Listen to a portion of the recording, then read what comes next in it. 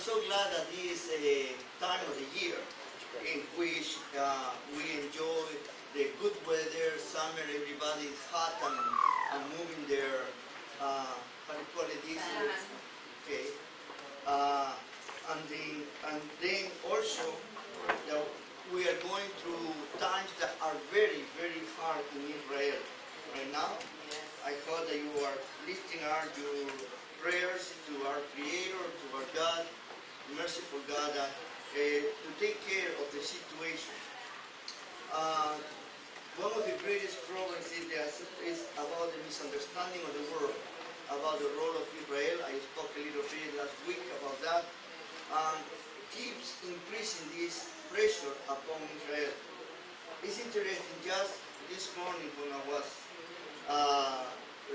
listening to the news, they put almost 15 minutes about what is going on between Israel and the Arabs, and basically the new toll is 126 deaths among the Arabs, and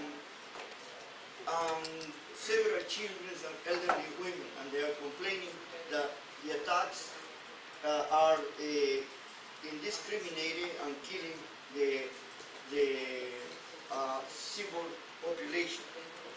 You know, what they don't write and they don't put in the newspaper or the news is that Israel, before bombarding any place, gives to the people to live. They give you 5 to 10 minutes to live. But the people of Hamas, they do not allow these people to live. Why? Because they know that more dead civilians, the world supposedly is going to speak against Israel. But you need to understand, Israel is the first word that you see that the enemy is going to tell you where he's going to shoot you. You know? That's giving you time to move. Why? Many say, why is destroying so many houses or so many private places? Well, do you know that the Hamas shoot the rockets in the middle of the hospital and the schools, in the middle of the population, urban apartments? There is where they hide the weapons and they shoot the rockets. There needs to be a way, a solution for this, and I hope that the Arabs, they realize that destruction and terrorism won't bring anything. Israel doesn't have a choice but to keep going until it's able to protect their own people. That is, every nation has the right. But here's the curiosity.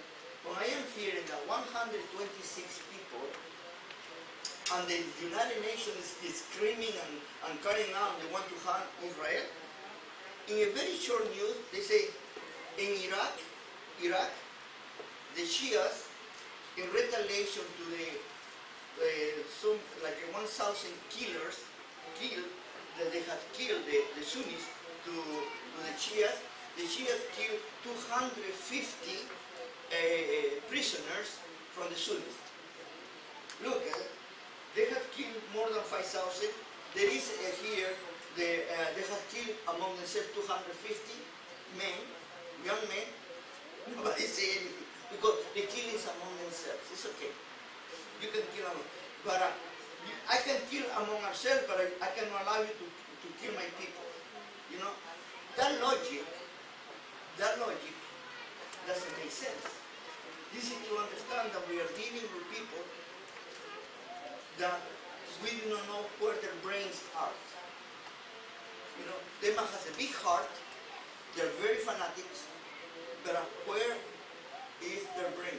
That they rejoice in the death, and for them to die is virtually the greatest thing that can happen to anybody. They have a religion, they call it a religion of death. And this religion of death won't ever bring anything. To the opposite, biblical Judaism, the Torah, teaches just the opposite. They teach us about the rejoice about death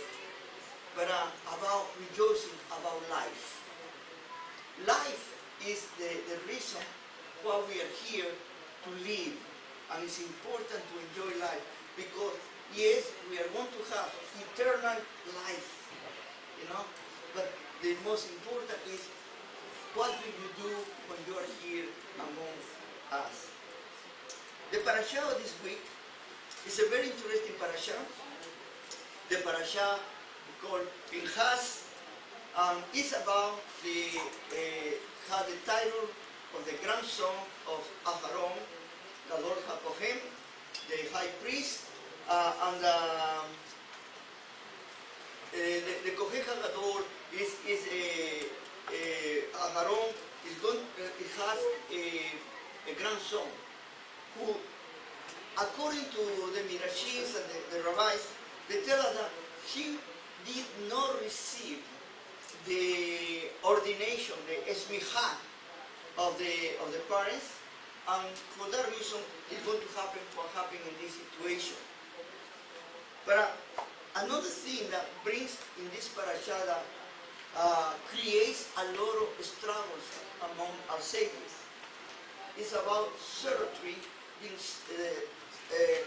have that zeal almost fanatical, you know, that we have been condemning so much among the Arabs, and suddenly this is something that looks like that happened here with Pinchas.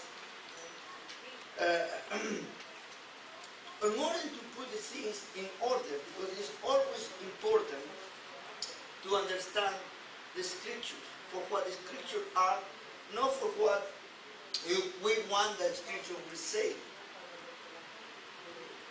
I was asked yesterday, they say, give me the bottom line of this parasha.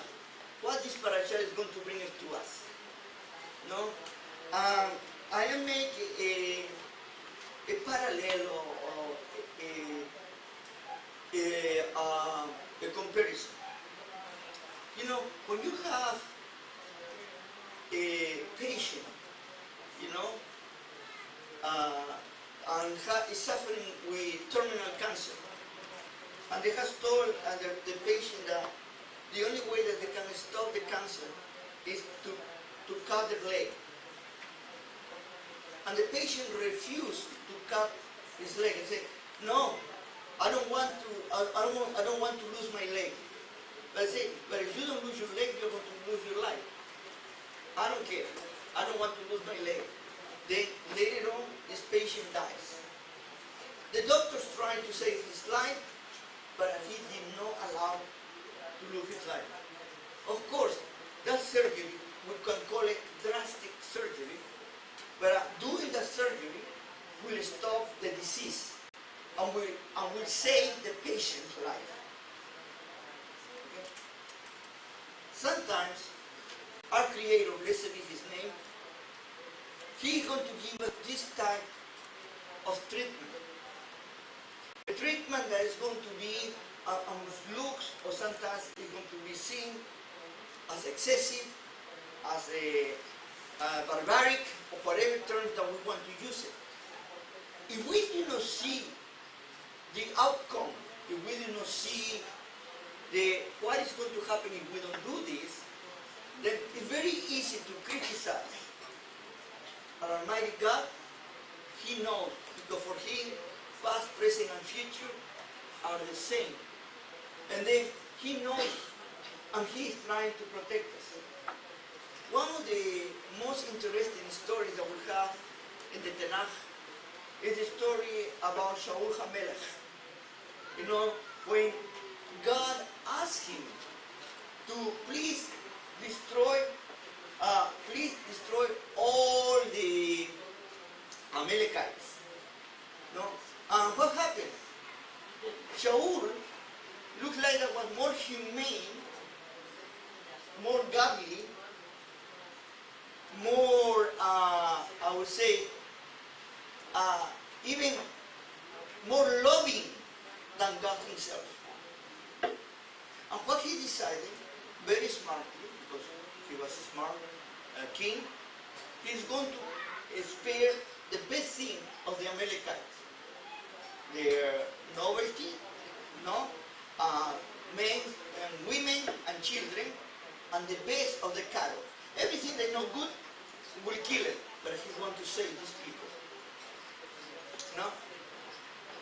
And because of that, not only he lost his anointing of being the king of Israel, he lost his seat as the king of Israel, but he had a very terrible ending, we can call it in that way. Now, people say, what kind of God do you have that is so cruel? You know, that was in the 1st to 2nd century, a Gentile called Marcion, okay, who fell in love with the so-called New Testament, and he fell in love with Jesus Christ. And compare the God of Jesus Christ with the God of the Tanakh, they call it Old Testament. And in this comparison, he says, the God of the New Testament is better God, is more loving, and is more caring. And the God of the Old Testament is a criminal, is a destroyer, is an evil God. And he enunciated his religion. And let me tell you, that influence of Marcion is still a stick in Christianity. Even that they have denounced it and they have condemned Marcion, the influence of Marcion is in the Christian religion. Why? Because in very subtle ways, they honestly believe that the New Testament not only is much better than the Old Testament, but has cleared many things of the Old Testament did wrong. And now they're making it right. Now, well, let me tell you, our God is a God that doesn't have beginning or end, and has everything, okay, in the same way. That, in other words, that for him there is no past, present, or future. Everything is there on his hands. He knows exactly what it is and what is the best for his people, for the one that he blessed, for the one that he gives his protection. When he says something to certain people, even that sometimes we not totally understand, later on we are going to see the wisdom of why it was done. When we disobey, sooner or later we are going to harvest, we can call it. We are going to harvest those things of our disobedience. And we need to be careful. Then, we need to be listeners, and we need to be wiser about what to do. Coming back to Pinchas, you know, interesting, the names, the etymology of these names are very interesting. Pinchas means the mouth of a serpent, you know. That must be something about interesting. You know, the serpent plays double role in the Torah and the scriptures. Sometimes for good, sometimes for bad. And you know, even the doctors today, you know, they have a symbol about a serpent, you know, based on the serpent that was hung on the banner of Moshe, and everybody who saw was healed. You know, that was the idea. Okay? Now, from the other side, we hear the serpent that deceived Eva. Now, why the serpent was condemned? Because the serpent allowed to be taken by Satan. Yeah? Why? Because there is a saying among the sayings and the tradition that only men are the ones that allow other spirits came into them to be taken by other spirits or demons. The animals assume that they are taken by other spirits or demons. They kill themselves. They commit suicide. we have in the Messianic writings, you know, the gathering, the place where they were having a farm of pigs, something very, very unusual in Israel, but supposedly it was outside the territory of Israel, so people say. When Yeshua performed the exorcism, took all these demons and threw it inside this animal, pigs. You know, if you take it literal, you miss a lot of things. It's the flavor that you need to get it. What it means pigs and what it means the evil spirits and how they kill themselves. All of this is a beautiful picture that you can see later on. We can talk about those things. But here is interesting. All the pigs, without exception, they jumped to the death. They were not allowed to be possessed by other spirits. Then, here we have in the situation that only human beings are taken back and they allow themselves to be moved. We need to understand the problem that Pinchas was facing. Just before, in the last parasha, at the end, if you go with me in parasha Balak, you know, you're going to see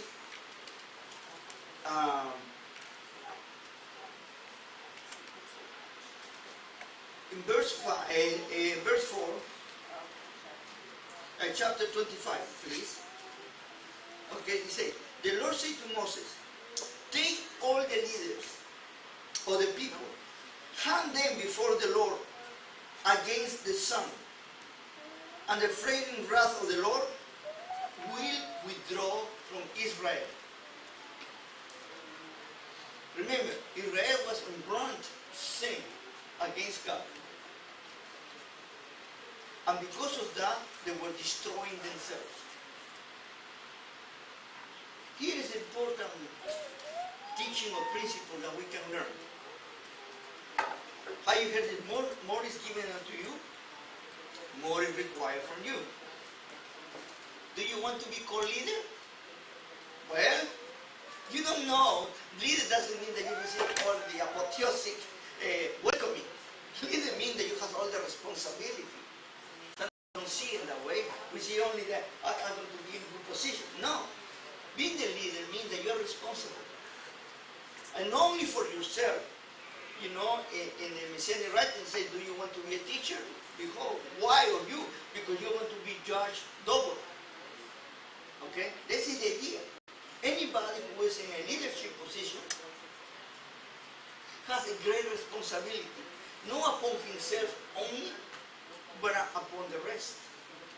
And that is very important to understand that. Next, he's saying to kill all of them. Why? Because they have not done their job.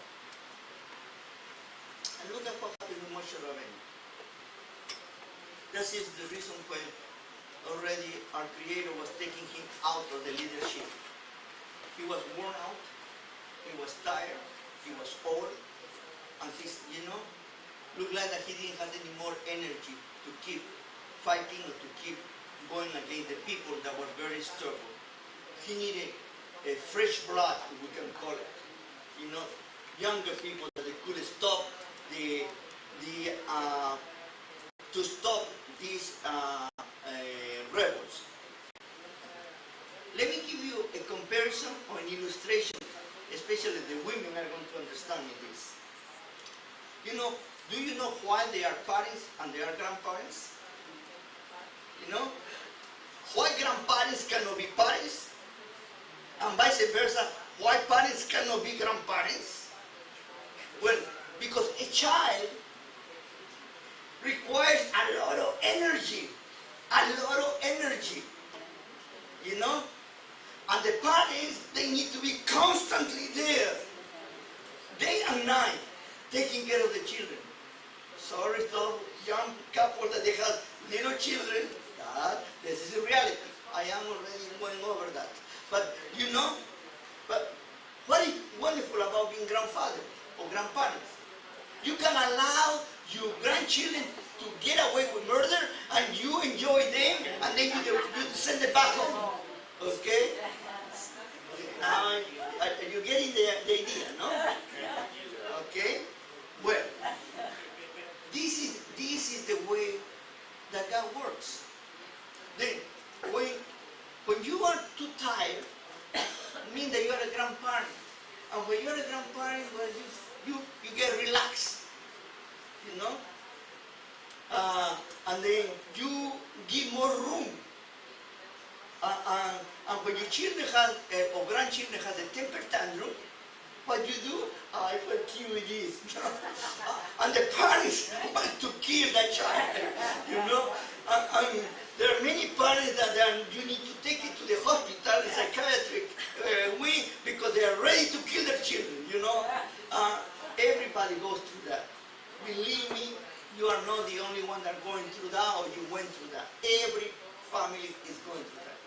And of course, you want to have always, you are going to have the eternal counselors. The greatest counselors in the world are those ones that they have never had children, and they're going to tell you how to take care of your children, because they know exactly how you need to do it, you know? Until they have it, and they say, what I was saying before, you know? This is the process. And here, when God tells Moses Rabbeinu that take all the people, hand them before the Lord against the sun, and the flaming wrath of the Lord will withdraw from Israel. If you don't do it, I'm going to destroy Israel. What happened? Well, we can see here, in between the letters, that Moshe Rabbeinu is immobilized, paralyzed. He doesn't act.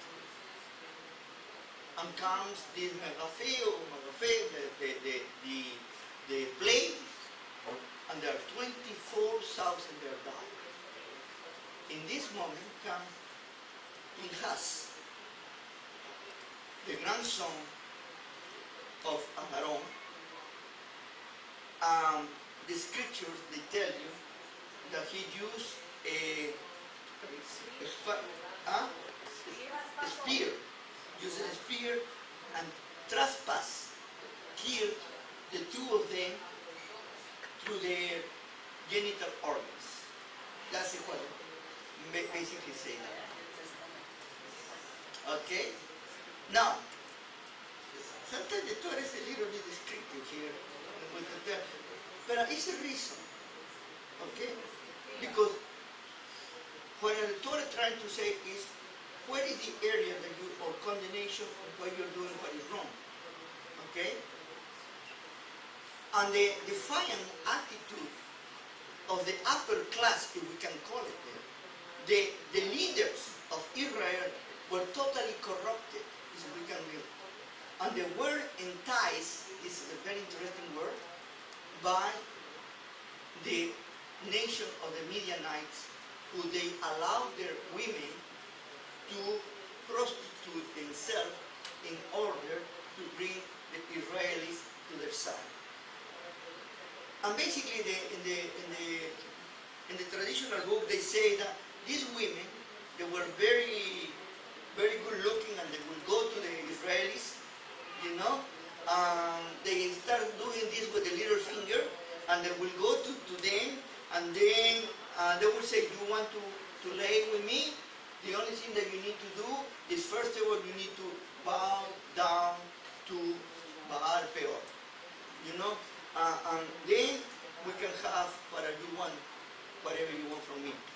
Well, that was the idea. But they were doing outside Israel. They were going to the Midianite camp. What was even the worst part?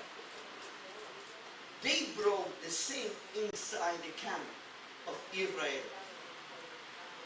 And a Shimonite called Zimri, to pronounce it well. But you know, Zimri means a song, you know, a hymn, uh, he has an open way showed to the people of Israel.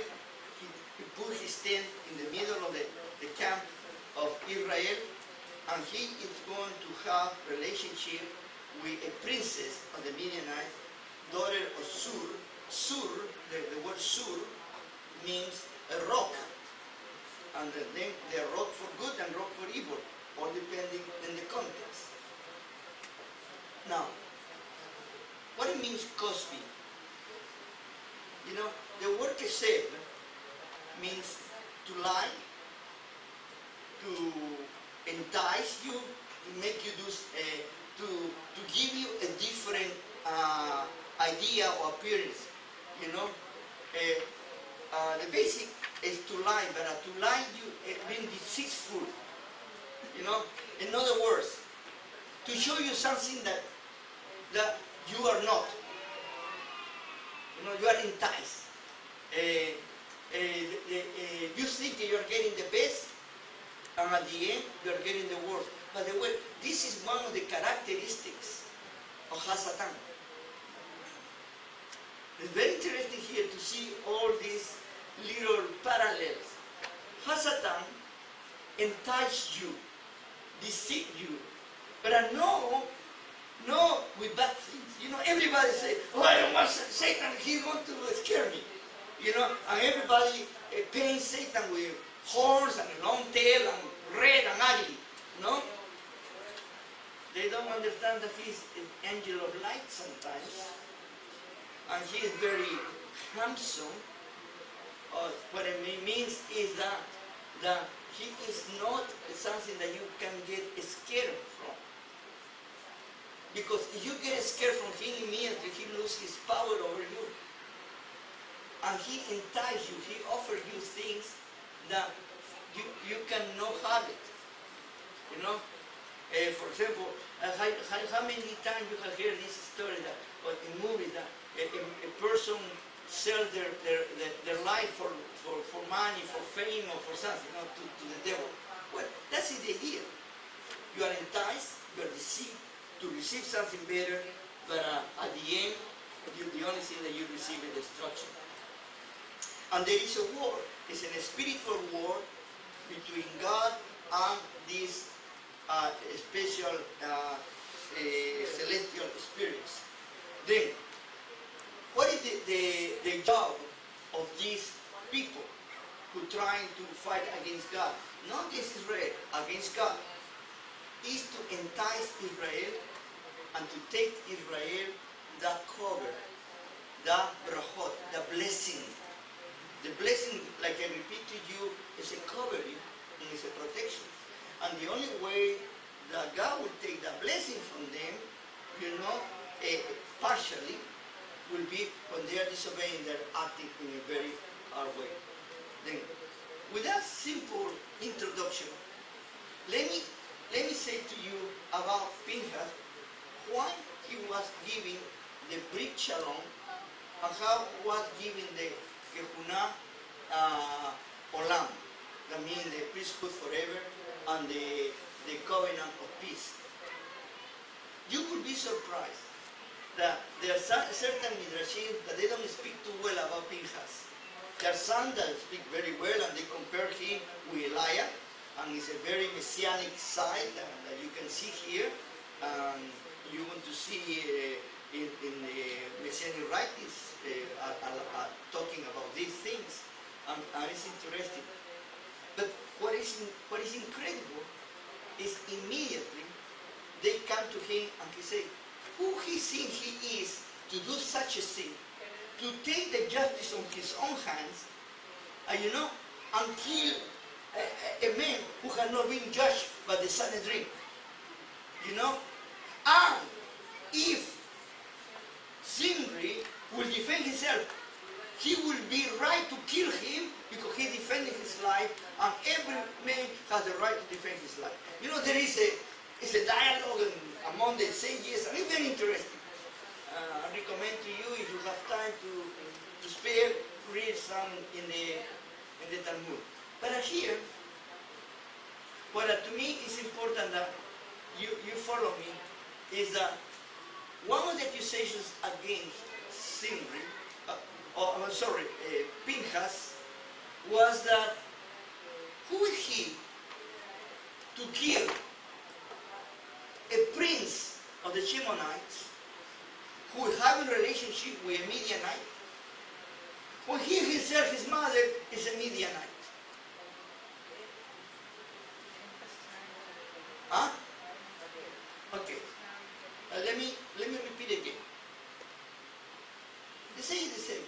Who is he to make judgment upon a prince of Israel and the Shimonites, Simri, and to kill him because he's having a relationship with a Midianite woman, Cosby, when he himself is the product of that type of relationship? Because Elazar married one of the daughters of Putiel, the Midianite. You can see in Exodus chapter 6 or Shemot. Okay? And then, and you're coming holier than thou. Huh? The problem is this, that as the Rabbi said, that even he was not a Jew, because his mother was not Jewish. All of them, and that is the reason that he needed to be again ordained, because the esmicha of high priest, or priesthood first. Then he became a high priest. In the book of Mishpatim, in the Judges, you're going to see that there is a portion there that they talk about that Pinchas is still alive.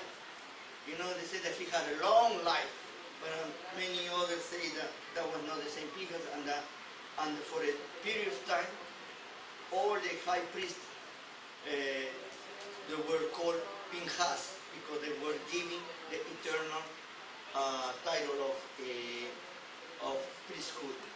Whatever is the situation, whatever is the understanding, the point here is how we can misunderstand certain things when we don't see what the Torah teaches and the consequences. First of all, this was not pure zealotry, as we can call it. It was a zealotry, yes, but in the right sense, we can call it right sense of zealotry. The people of Israel were dying. Moses, Rabbeinu, was asked to kill those leaders that done wrong, and nobody did anything. And took Pinchas and killed the part of the problem. And killing this couple gave a message to the rest of Israel, and the plague stopped.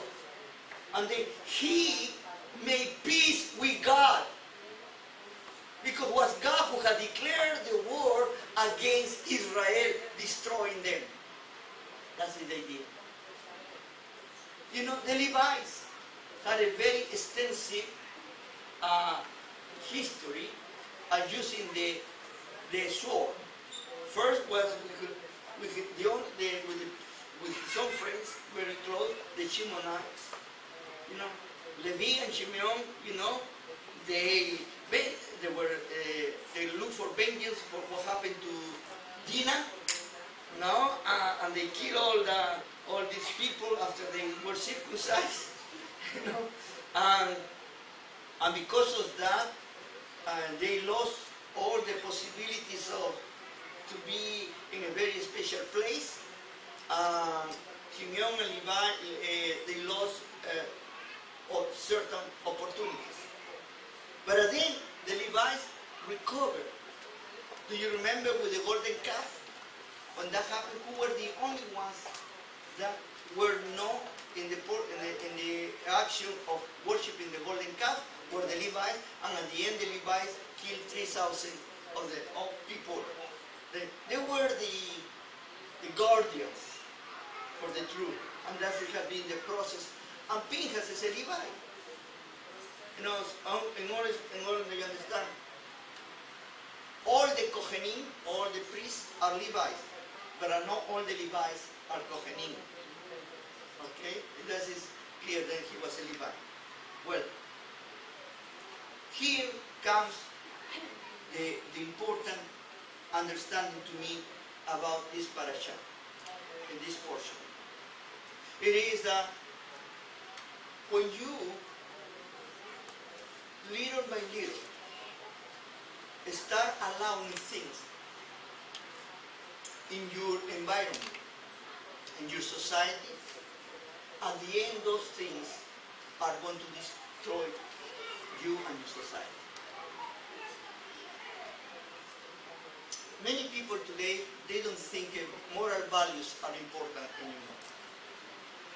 Many people think now the idea of being honest, not to be a liar, to have certain values in society are not any longer important. What is important is how much you can get from it. You are capable sometimes to kill or to do whatever to get a little money, to get ahead of anybody. You put down, you destroy people only for the sake of accumulation. People lie. You know, today we are living in a society that nobody believes in their leaders. When you hear a leader talking, everybody says, yeah, yeah. You know, that's what they say. There are very, very, very few, what I would call it, leaders that they enjoy the backing up of their people that they're leading. You know, and this is very sad. Also, society today is totally permeated by evil. Totally. You know, they try to do certain things, they patch certain areas, but we are totally corrupted. Right now, in Europe, for example, they are doing new laws because the politicians are so corrupted that they need to put stops to their own politicians. And in certain countries, even the former presidents are facing prison. They are like, for example, the former president of France. You know, you're going to see so many things all over the world. Former presidents or prime ministers are facing problems of being dishonest. What is happening to us? What is happening to society? You know, almost every country, when you want to start a regular business, an honest business, what you need to do? You need to go through the layers of corrupt bureaucrats in order to be able to function. There is not any longer a clean society. The bureaucrats, the politicians are there and they put their own people in order to maintain their own position of power. Somebody asked me one time, what do you think the problem between the Palestinians, the Arabs, and Israel won't be solved? Or it's not solved? And I say, and you can prove this through the news and everything. The corruption of the leadership of the Palestinians is such that you have that most of the political leaders in the so-called Palestine, they are multimillionaires. And they keep the people in poverty in order to send an image to the world, and they keep receiving money from Europe and other gullible countries, you know, and where the money goes, with the millions of dollars that they receive. Now, if you go to Gaza, not to the Gaza they show you in the pictures, but if you go to Gaza, to the area where the big buildings and the beautiful beaches and they are, you cannot believe the luxury that these people have. Okay? So they say, in the territories they are oppressed. This is corruption. And that corruption is in every level, in every society. And because of that, we are destroying this world. Our God sent us a Pinchas to stop that destruction. And today, many times, God will allow certain things happen to us to wake us up from this lethargy and to realize what is happening. Do you know that our Messiah Yeshua came to this world to wake us up, to let us know that what we were doing was wrong, that we needed to change our ways. We needed to look in different ways. We couldn't any longer be compromised by the corruption of men, but that we needed to be free of that corruption. And when the corruption was even more embedded, was among the religious people. Supposedly, the leaders or the souls of the people, the leaders of the nation, the one that they will measure the moral turpitude of the people, they were worse than the people. You had the idea about what happened with the priesthood at the time of Yeshua, that was for sale. You know, everything was political oriented. And they have two big parties, the Sadducees and the Perushins, or the Pharisees. And they didn't touch each other. They would fight against each other, but they didn't touch. This is my portion, and this is your portion. Today, we are living the same situation among the religions. Don't take my people, I don't take your people. Let's keep it all, everybody in their own place. If you take my people, I'm going to call you every name I can, and I'm going to fight you. Why? I don't care about the soul of the person. What I care is about the pocket of the person. How we have changed? We are worse. We are worse than ever. This is the reason that what is happening in Israel doesn't call my attention. Totally the contrary. I am saying to you, oh Messiah, consume, consume, consume. Because this is the only way that we have, the only hope that we have right now. If you think that we as men, we have the hope to restore the peace and the good will of men, we are wishful thinkers. Now, I have been told when I talk something like this before, oh, you are a preacher of doom and destruction. Totally contrary.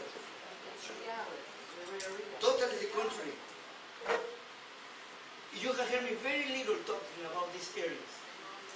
Because I believe in life. And I believe that life is a gift from God. I mean, there is life, there is hope, and there is hope. We can keep going. But each one of us has a responsibility. It's not any longer up to you. It's up to me. It's not any longer to what my neighbor does. No, it's what I do. We're totally, constantly blaming the others. It's time that we bring it back to us. Each one of us is responsible, as Pinchas took the attitude that was to say, enough is enough. We can be Pinchas today, but in totally different way. Not to destroy life, not to kill anybody. Pinchas means the mouth of the serpent. We can speak and we can make it clear that what is happening is not right and we need something right. We need to change. Sometimes I get upset and the only thing they can do, I told you that I like political science and I see a lot of things about these things. But when I see people with great desires to start business or to and start business to give jobs to other people, to good well-being to others, and they find themselves with bureaucracy and they find with a corrupted system, that they are not allowed even to start a business. I have been told that here in Montreal, the most difficult thing is to start a business. Because there are so many things that many people that have been here, they move, even big companies, they move to the United States and say, I cannot work here in Quebec. Because of the bureaucracy. This is what is destroying us. This idea that because I speak French or I speak English and I'm better, that's nonsense. We are all children of God. And we need to respect each other. No one is superior to anybody. And if you have the complex that you're inferior, that's your problem. Grow up. Nobody better than nobody. All of us, we have been made according to the image of God. Stop giving excuses that I am like this because they didn't allow me to be who I wanted to be. Stop it. We need to stop blaming others for our own wrongdoing. Let's try to do our best. Let's try to work in any way that we can. And yes, believe me or not, we are living in a very corrupted world. And this is what we need to face every day. And that's what sometimes is disheartening, and sometimes it's really to put you down, to lose all hopes. But the one that is in you is greater than anyone that is here on the earth. And our God is with you, and if our God is with you, don't despair, do not lose hope, because you are more than conqueror. This is the idea about those one who has faith, those one who has hope, those one who has something to look forward. And let me tell you, our God is not the God of death, He's a God of life. Because even we die to live, and this is what is so exciting. I hope that you enjoy this time of vacation. I hope that you understand also and look even better what our Messiah Yeshua came to do and what He has done for us, the example He has given to us. You know, the difference between our Messiah Yeshua and Moshe Rabbeinu, our Messiah Yeshua died in young age. You know, and he was in the fullness of his capacity, the way of thinking. And he's coming back as Messiah Ben David. And we are going to be all so excited when we see the transformation of God. Let's not lose hope, because already we are more than blessed with the hope that He has given to us. And the God of Abraham, Isaac, and Jacob is a God, is a faithful God. He has never abandoned us. He will never abandon us.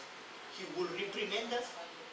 He will give us certain lessons, like a father who loves their children, correct them. But that is all. Have a wonderful day, and Shabbat.